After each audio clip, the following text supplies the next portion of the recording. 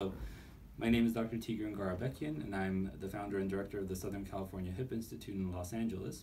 And today we're going to talk about hip dysplasia, periacetabular osteotomy, and then getting back to running after PAO surgery.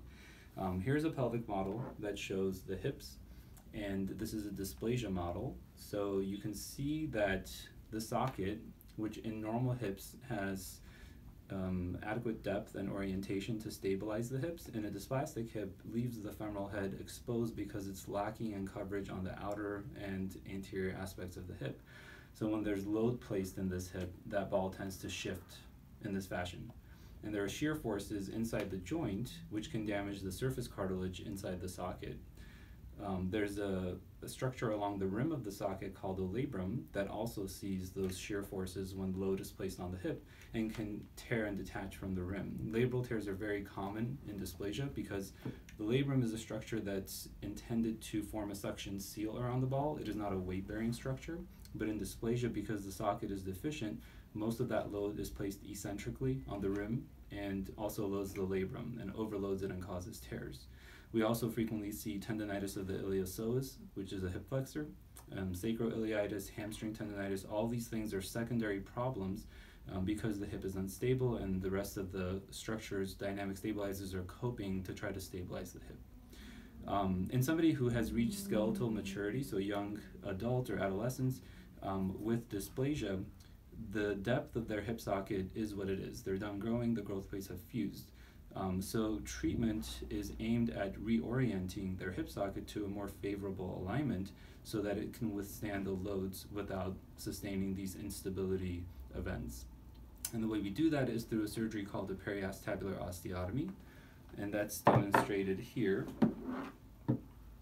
So this is a particular technique called the Birmingham interlocking osteotomy that's been modified to preserve the posterior column. So if we look at the black lines, these are the areas in which the pelvis is cut. So this is the pubic cut, these are the iliac cuts coming down here, and then it meets the ischial cut back here. And you can see this column of bone is left intact, and that's important to increase the rate of healing, improve the speed of recovery, and it's more bone preserving. The benefits of the interlocking osteotomy are that the iliac cut is done in 3 steps, so that once the fragment is rotated, there's interdigitation and greater inherent stability compared to some other techniques that do a 2-step cut here.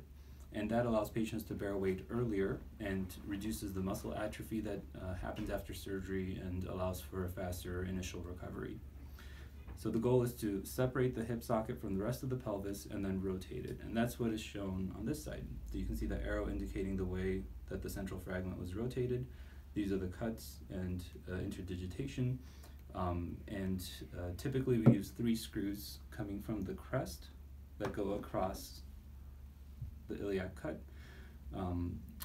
This is adequate to stabilize the socket, and now you can see in this rotated position as compared to here how much of the femoral head is exposed and how much play occurs with hip loading. On this side you have a much more horizontal supportive roof over the ball and much more coverage in the front. You don't see as much of the ball in the front. We also check to ensure we haven't caused impingement after this rotation. Intraoperatively we can check the range of motion to make sure that there's no problem there. Now, there's no really good long-term data on running after a PAO. Obviously, anything that's high impact in the hip is potentially going to cause accelerated wear, and that's for normal hips or hips after a PAO.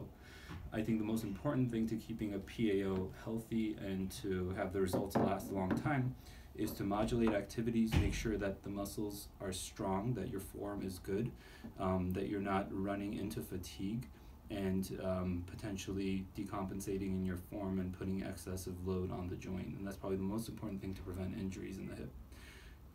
So I hope that helps everybody understand a little bit more about hip dysplasia and PAOs and what function is like after a PAO.